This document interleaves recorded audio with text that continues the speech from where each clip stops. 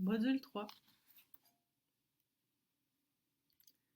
Alors, nous allons commencer par les types d'érotisme, après quoi nous allons aborder les fonctions de l'érotisme. Donc, on est ici dans une terminologie de Claude Crépeau avec des ajouts de Suzanne Gagné, qui est une sexologue sexuanalyste qui a été formée de la première génération, formée par Claude Crépeau.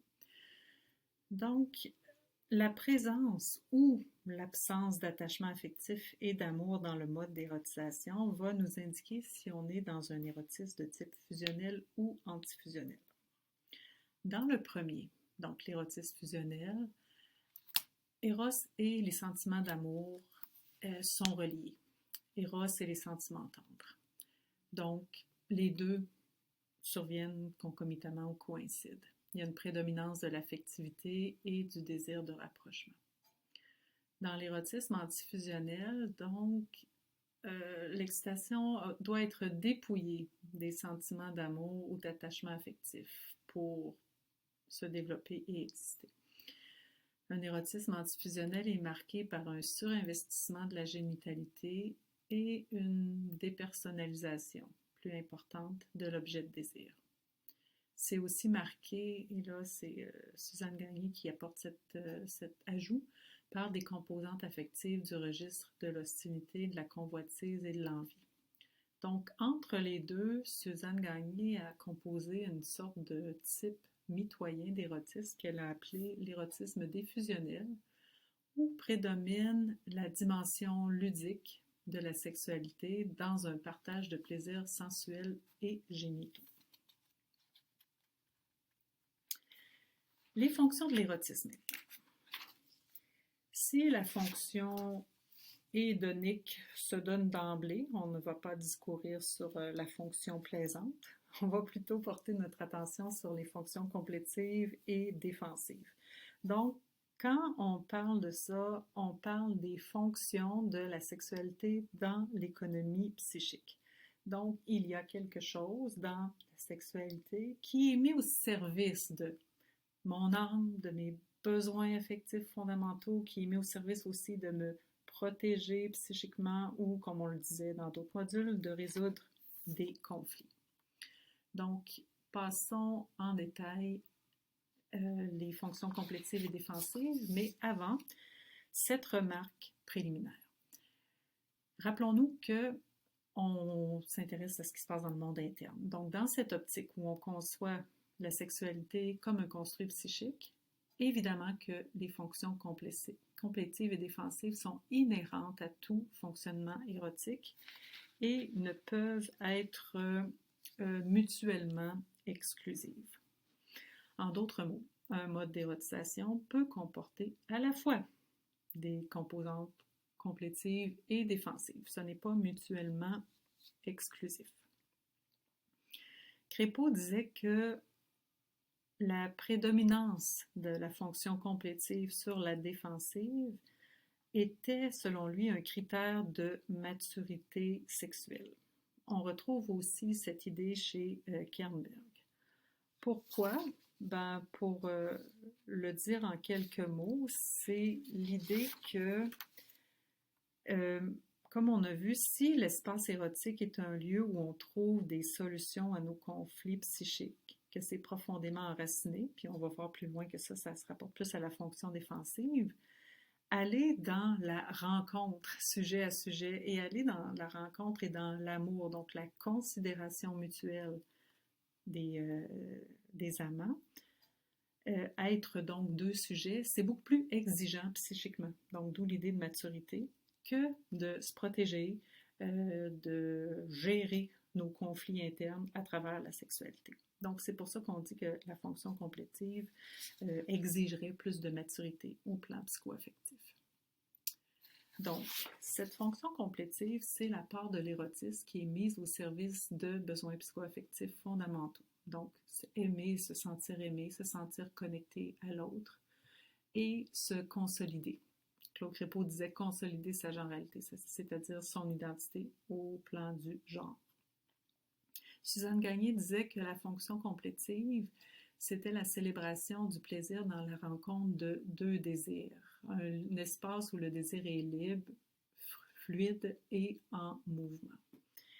Ma collègue Marie-Christine Pinel disait qu'il s'agissait d'un espace investi comme vitalisant, créatif, coopératif, au service de l'épanouissement mutuel.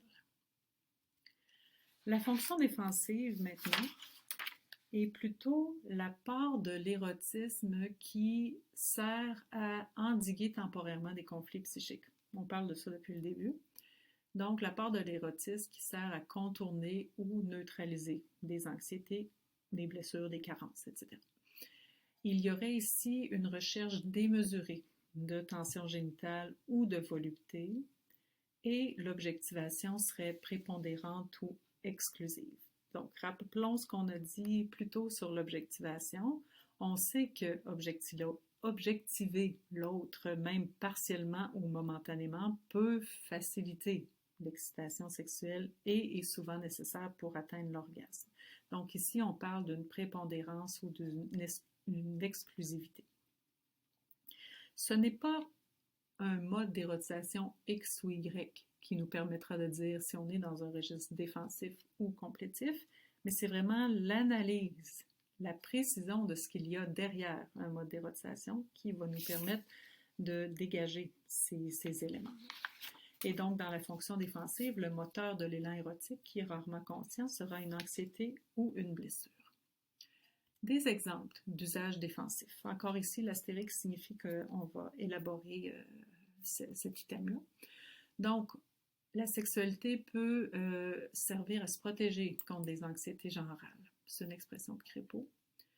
Peut être une défense contre un traumatisme sexuel infantile. Donc, on a parlé plutôt de transformation du trauma en triomphe, où je vous disais que soit le trauma peut être érotisé ou il peut être renversé par un changement de position.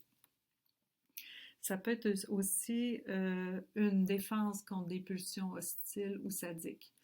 J'ai vu des symptômes d'inhibition de l'excitation sexuelle et particulièrement l'inhibition de l'orgasme parce qu'étaient activées des pulsions trop destructrices proches de l'orgasme. Alors ici, le symptôme de anorgasmie ou de difficulté à maintenir l'excitation pouvait s'expliquer par une défense contre des pulsions sadiques. Défense contre aussi le vide existentiel ou la dépression. Hein? La sexualité nous reconnecte là, à une intensité et à quelque chose de vivant. Et la défense aussi contre des anxiétés qui sont souvent nommées en clinique, anxiété d'échec, d'abandon ou de réengloutissement. Donc, il y a des fantasmes qui vont servir à neutraliser des échecs qui seraient redoutés dans des expériences sexuelles avec partenaires réels. Je présente ici une vignette très, très schématisée de Zoraïda. Pour vous mettre en contexte, je peux vous dire que Zoraïda consultait pour une incapacité à atteindre l'orgasme et qu'elle avait abordé dès la première séance une expérience d'abus sexuel qu'elle avait vécu en bas âge, vers 8-9 ans. Abus sexuel perpétré donc par un ami de son frère qui était âgé d'environ 3 ans de plus qu'elle. Donc, comprenez que c'est très schématisé et que, bien entendu, ça ne rend pas compte du véritable travail clinique où chaque couche de signification ou les fonctions d'un symptôme font l'objet d'une élaboration, d'une perlaboration. Bon, je vais vous montrer un exemple justement de ce qui se passe quand on descend dans des couches plus profondes de signification d'un symptôme. Donc, on était ici à tenter de comprendre pourquoi. Quelles sont les hypothèses qui pourraient expliquer pourquoi il y a un blocage de l'orgasme, pourquoi elle n'arrive pas à atteindre l'orgasme. Donc, ce qu'elle était en mesure de dire dans un premier temps, Zoraïda, c'est « je ne peux pas me lâcher parce que je n'ai pas confiance aux hommes ». Alors, je suis allée vérifier dans la masturbation, bon, est-ce que cet enjeu-là est présent? Et là, ce qui était à sa conscience, qu'elle pouvait dire, c'était impossible d'à la fois se laisser aller et de se stimuler. Comme si le geste l'empêchait de se laisser aller. Donc, ça, c'est ce qui était accessible à sa conscience à un premier niveau. Un deuxième niveau, lorsqu'on essaye encore d'explorer qu'est-ce qui pourrait expliquer la non-atteinte de l'orgasme, elle disait: je n'atteins pas le plaisir parce qu'à un moment donné, quand ça monte, je me bloque. C'est comme si je ne pouvais pas. C'est comme si je ne m'y autorisais pas. Alors là, on avait un autre thème à explorer. Pourquoi elle ne s'y autorise pas? Qu'est-ce qui l'interdit? Et là, ce qui est ressorti, c'est un sentiment de culpabilité. Je le résume ainsi, au besoin, je l'expliquerai. Elle a dit, elle a compris en fait, après élaboration, n'eût été de mon orgueil à lui montrer étant l'ami du frère qui l'avait abusé, que je suis aussi forte qu'un garçon. Il n'aurait pas saisi qu'il n'avait le dessus sur moi et n'aurait pas eu la porte ouverte pour en abuser ensuite. Donc, c'est comme si dans sa conclusion, compréhension ou théorie de petite fille, elle s'était sentie coupable de s'être bagarrée, d'avoir voulu se bagarrer d'égal à égal avec des garçons plus forts et plus vieux, donc son frère et cet ami-là. Et elle avait l'impression d'être fautive ici, que c'était son orgueil qui avait ouvert la porte à l'autre, qui lui avait fait sentir qu'il pouvait avoir le dessus sur elle et qui lui avait comme ouvert la porte, autorisé à pouvoir abuser d'elle. Donc, comprenez qu'on n'est pas ici à relater des faits objectifs, on est à relater une expérience subjective interprétée à travers sa lunette et qui, bien entendu, fait du sens pour comprendre qu'elle n'arrive pas à atteindre l'orgasme parce que atteindre le plaisir pour elle serait faire fi de comment elle est coupable. Donc, c'est comme si elle nous disait qu'il y avait un aspect punitif là, à son non-plaisir. Et c'est comme ça d'ailleurs qu'elle l'exprimait. On n'a pas eu beaucoup de matériel avec Zoraïda parce qu'elle a cessé après 5 ou 6 séances. Une fois qu'on a atteint cette couche-là, c'est comme si elle n'était pas prête à ce moment-là à aller plus loin dans la thérapie. Donc, c'était pas pour vous montrer un traitement exemplaire, mais davantage pour vous illustrer différentes couches de signification, donc différentes fonctions d'un symptôme, ici étant l'anorgasme. On continue maintenant avec le détail des anxiétés générales et sexuelles. Donc ça, c'est une nomenclature qui vient de Claude Crépeau. Et donc, je vais vous expliquer. Claude Crépeau avait une tendance à des néologismes. Et donc, je ne crois pas qu'on va trouver certaines terminologies dans d'autres ouvrages. Qu'est-ce qu'il entend par anxiété de masculinitude et de féminitude? Ça renvoie cliniquement aux personnes qui vont se sentir ou dire qu'elles sont insuffisantes. Donc, anxiété de masculinitude serait ne pas être à la hauteur des prérogatives de la masculinité et féminitude, donc des prérogatives de la féminité. Ça va ressembler cliniquement à « je suis pas assez haute ». Les filles choisissent toujours des gars qui font du sport, moi j'en fais pas. J'ai l'impression que j'ai pas les attributs qui correspondent aux standards de beauté. Donc le pas assez, l'insuffisance, ça ce serait les anxiétés masculinitude, féminitude. Les anxiétés de démasculinisation, démadonisation, ce serait pas dans peur de ne pas avoir assez, c'est la peur de perdre. Donc, peur d'entrer, par exemple, en intimité sexuelle et de perdre sa virilité, d'être humilié dans sa masculinité ou sa féminité. La question de la démadonisation, c'est la peur d'être réduite dans la sexualité à chose ou objet sexuel, donc de perdre ses qualités affectives. L'anxiété de masculinisation, ça, ce serait la peur que la masculinité soit associée à être macho, à être pervers, à être mauvais.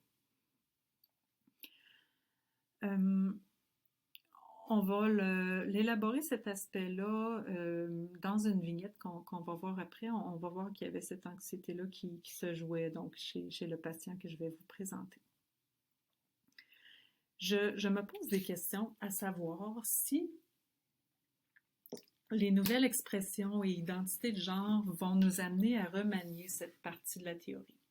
Je vous les présente parce que, en ce qui concerne mon expérience clinique jusqu'ici, j'ai observé que même chez des personnes qui se définissaient comme non-binaires, il y avait on pouvait trouver aussi ce type d'anxiété. Donc, cette conceptualisation demeurait pertinente et d'actualité. En ce qui concerne les valeurs en transformation sur ce que constitue une prérogative de la masculinité ou de la féminité, peut-être que ça aussi, ça pourra nous amener à terme à remanier donc cette terminologie sexo-analytique. Comme je le dis souvent en supervision, et Claude Crépeau nous l'enseignait aussi, intéressez-vous à la théorie dont est porteur le ou la cliente qui vous consulte. Ne faites pas du cabinet un espace d'endoctrinement. Ce n'est pas un lieu où on teste nos théories, c'est un lieu où on les utilise lorsqu'elles sont utiles et on les remet en question aussi lorsque le client nous apporte d'autres façons de penser les choses. Donc ça, c'est les anxiétés générales et dans l'autre partie de la diapo, on retrouverait les anxiétés liées au rapport à l'autre. Donc, l'anxiété de destruction, ce serait la peur qu'avec ma sexualité, je détruise l'autre. L'anxiété persécutoire serait l'inverse, celle que l'autre me cause du tort si j'entre en intimité sexuelle ou affective. L'anxiété de réengloutissement, ce serait celle de la crainte de perdre son identité personnelle parce que quelque chose est trop fusionnel quand je suis amoureux, quand je suis en proximité érotique avec l'autre, etc. L'anxiété d'abandon, elle est plus proche de la conscience, elle est souvent mentionnée. La peur de s'investir parce que peur d'être quitté, peur d'être abandonné. Donc, il y a beaucoup de symptômes au plan de la sexualité qui peuvent être rattachés aux racines de cette anxiété-là d'être abandonné. Et l'anxiété d'inceste, ça se passe à un niveau beaucoup plus profond et beaucoup plus inconscient, du moins la plupart du temps. Donc, ce serait une anxiété, par exemple, de retourner à des ressentis d'une proximité trop grande avec un parent trop envahissant, un parent trop intrusif, dans des familles où il n'y a pas eu des bonnes limites. Et ça pourrait être aussi l'anxiété d'inceste expliquée, par exemple, chez une personne qui n'ose pas donc entrer trop en excitation sexuelle intense et se rendre à l'orgasme parce que surgissent des images de contenu incestuel ou incestueux. Ça se passe à un niveau profond. Une autre remarque concernant la fonction défensive de la sexualité, on va la retrouver plus souvent dans les érotisations atypiques, les troubles sexuels primaires, parce que dans les deux cas, les racines du mode d'érotisation ou de la difficulté sont très tôt dans le développement, et aussi dans l'anérotisme, et particulièrement quand il n'y a jamais eu de désir d'excitation sexuelle ou que le ressenti d'excitation génitale a été connoté comme effrayant ou dangereux. Quelque chose comme ça. Quelles sont les sources? Lorsqu'il y a une prédominance de la fonction défensive, il y aurait les traumatismes et il y aurait aussi la sexualisation défensive précoce. Ça, c'est un concept qui nous vient aussi de Claude Crépeau. Et c'est une notion qui est utile cliniquement. Elle a été nommée comme ça par Claude Crépeau, mais on la retrouve chez d'autres auteurs en psychanalyse. Donc, ce que ça nous dit, c'est que l'exploration des organes génitaux à l'enfance, elle fait partie du développement normal. Elle peut effectivement temporairement calmer des douleurs psychiques ou affectives. C'est lorsque l'enfant trouve refuge précocement dans l'excitation génitale, c'est une sensation puissante, pour alléger une angoisse ou une détresse affective ou un conflit, que là, il y a un risque que la solution d'excitation génitale devienne une source, pour calmer les angoisses et qui se cristallise. C'est difficile, selon Crépeau, selon moi aussi d'ailleurs, de déterminer quelles seraient les causes vraiment. Qu'est-ce qui expliquerait que chez un individu, c'est passager, de se stimuler génitalement pour calmer une angoisse chez un enfant, d'un autre chez qui cette solution-là serait utilisée massivement et serait pérenne aussi dans le développement. Ce qu'on sait cependant, c'est que lorsque la fonction défensive s'est installée tôt dans le développement, et si ça a perduré, donc ça risque de fixer le mode d'érotisation et c'est presque indélogeable. Les cas de fétichisme sont des bons exemples. Donc, c'est comme si la fonction d'excitation génitale avait été associée trop tôt comme solution à des contenus ou des expériences non symbolisables, non assimilables psychiquement.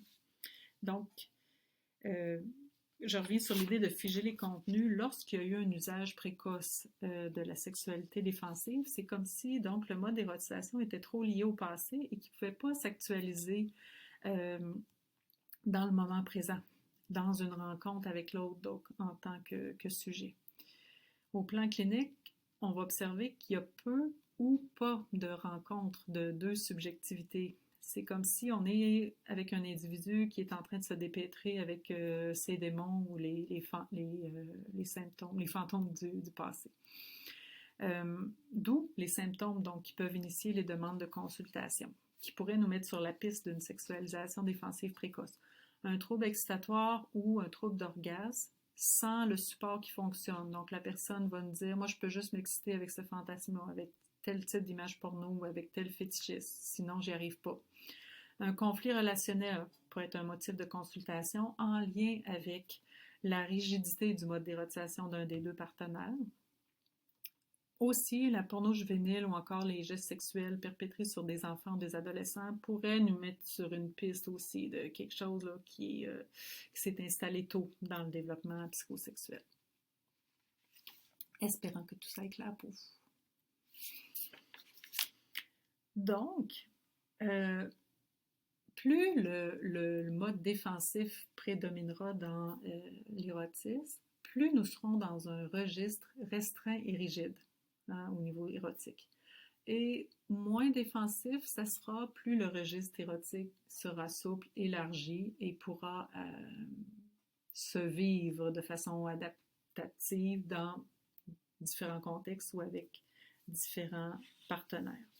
Donc, évidemment, dans un contexte érotique plus souple et élargi, l'aspect ludique, je reviens à ce que nous disait Suzanne Gagné sur l'érotisme diffusionnel, l'aspect ludique va prédominer.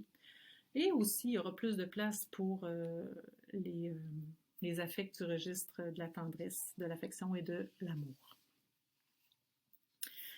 Le registre érotique plus souple et moins défensif est souvent décrit comme moins intense aussi.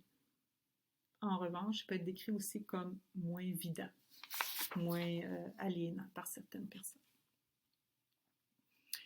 Donc, si on tente une synthèse en pensant à qu'est-ce qu'on fait cliniquement de ces notions-là?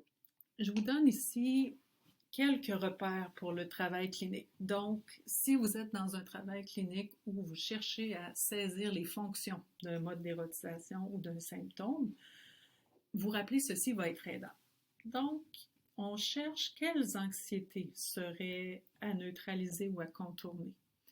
Dans quel type de rapport à l'autre se situe cette personne dans la relation globale, mais aussi particulièrement dans la relation érotique?